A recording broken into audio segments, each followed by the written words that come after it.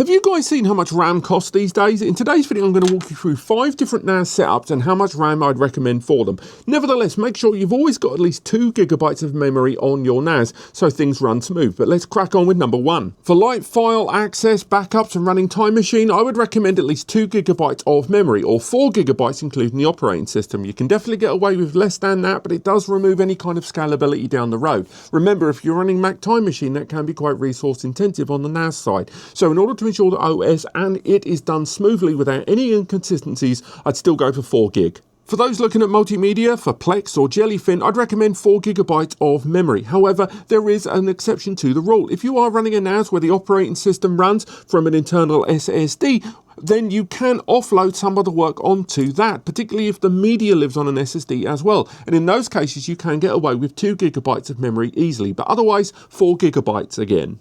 But what about a NAS for surveillance? Well, I'd recommend 256 megabytes of memory per camera, or 1 GB for every 4 cameras. And I would double that for AI-assisted processes there. Again, not factoring in the RAM that you're going to be utilizing for your base operating system, but I would recommend minimum 8 GB of memory with the ability to scale up towards 16 as you add more cameras and more surveillance tasks.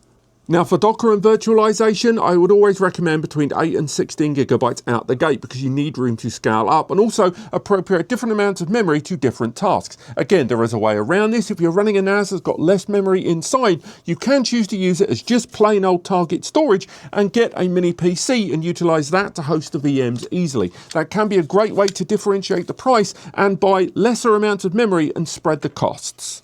And if you're considering ZFS, I wouldn't recommend anything less than 16 GB, otherwise you won't be able to enjoy inline data deduplication, inline data compaction, inline data compression. You can use some of these, but not to their fullest extent, so 16 GB minimum for ZFS. For more NAS RAM setup guides, I recommend checking out the video link below, but apart from that, thanks for watching and I'll see you next time.